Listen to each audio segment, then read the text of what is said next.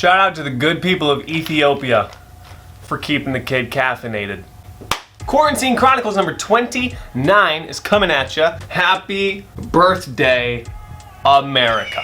It's pretty hard to believe that America's 2020 years old. Blew right by. Wait, that's not...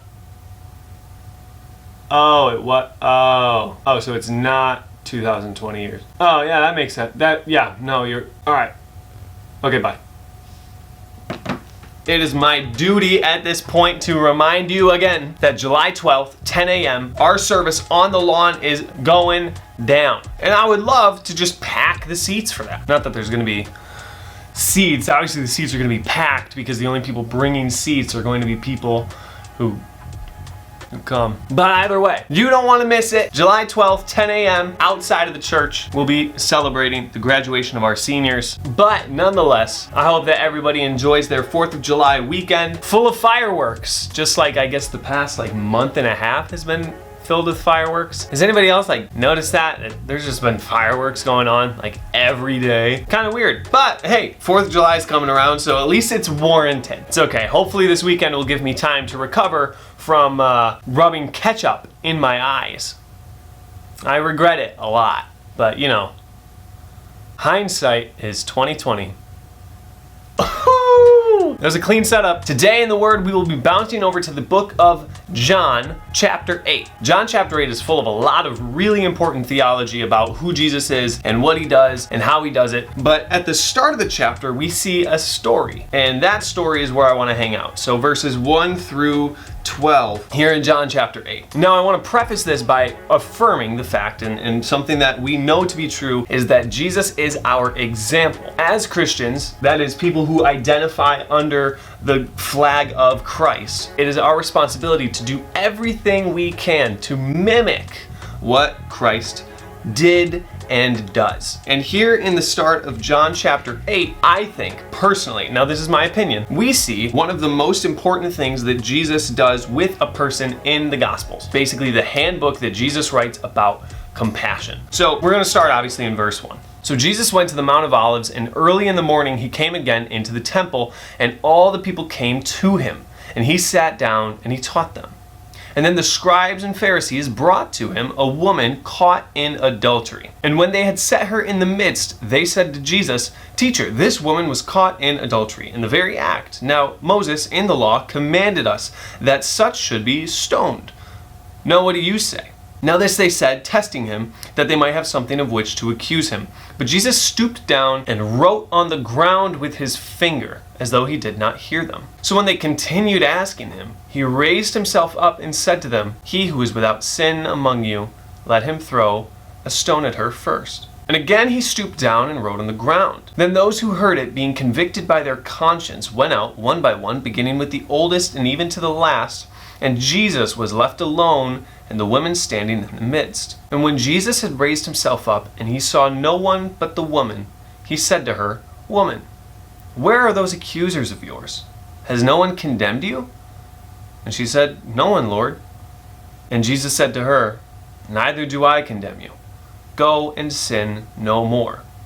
And then Jesus spoke to them again, saying, "I am the light of the world. He who follows me shall not walk in darkness, but have the light of life." Now, Jesus' interaction with this woman is crazy. Primarily because, at the end of the day, she did do something wrong. But what does Jesus say? Jesus' response to her sin is not punishment. It is not punitive, as so often we think that God is always going to be. We always think in the back of our minds that when we mess up, the next thing that's going to happen is God is going to punish us. But in a watershed moment of what I can only assume would be guilt and self-deprecation and misery, this woman is brought to Jesus, and he tells her, "I'm not going to condemn you. I'm not going to do it, but go and sin no more." What Jesus shows us here, which if you pay attention, he shows us all through scripture, but here it's blaring in your face. He clearly demonstrates that in bringing people into the sphere of Christ, the starting point is compassion. The starting point is not the correction of behavior. The starting point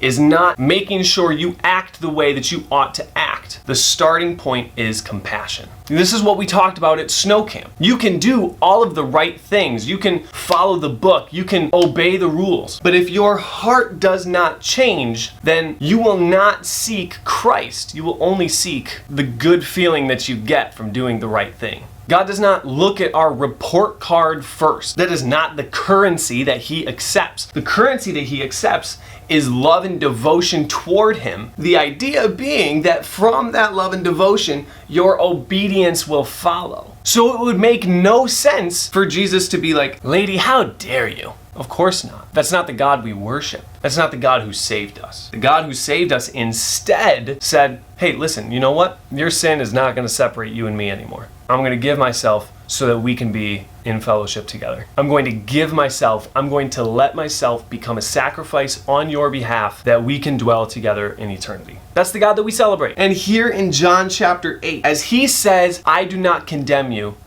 go and sin no more," that's a really, really big moment. And it's kind of reflected also in the way that He calls the disciples. If you look at the way that the disciples are called at the start of the Gospels, Jesus says to them, "Drop your nets and follow me." And by the time you get to the end of the Gospels, Jesus isn't saying drop your nets anymore. He's saying carry your cross and follow me. So does that mean that Jesus has changed the stakes? No, but He does ask more of you as time goes by. In the maturity into which you are asked to grow, Jesus asks your devotion to grow. And so the starting point always has to be a movement toward God based on compassion. It is not enough in the long term that we be swayed in the marketplace of ideas and thoughts. That's an important thing, and that's an important step into our sanctification, but that can't be the starting point. But if by the movement and stirring of your heart and spirit, you are moved toward God, I promise you, long term, that makes a much bigger difference. If your starting point is not a movement of your spirit toward God, then eventually the facts and the figures and the knowledge and the reason, it's not going to be enough anymore. It just won't. Trust me. You gotta let God change your heart. And when He says, "Neither do I condemn you, go and sin no more. I am the light of the world. He who follows me shall not walk in darkness, but have the light of life." He's moving us into His compassion. And so it is my prayer that you would be moved toward His compassions. Because even in your biggest mistakes, He will not be the one to condemn you. Coming up, not so much a game as it is an opportunity for us to spotlight our seniors in what I'm calling, drumroll, Senior Spotlight. Could I have come up with a better name? Maybe. If someone in the comments leaves a better name, maybe we'll use it. Over the next few videos, we're going to be talking to some of our seniors, and on July 12th, we're going to be celebrating our seniors together. And what we've always done is we've had a video of each senior saying where they hope to go to college, who their family is, how long they've been going to our church, stuff like that. But here on Quarantine Chronicles, we're going to ask the heavy-hitting questions. So you don't want to miss it. Here's Olivia and Robbie Keefe.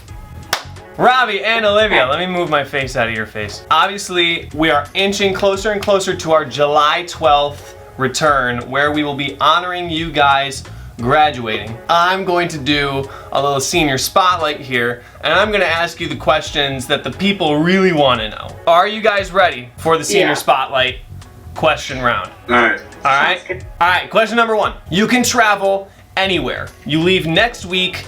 Cost is not a factor.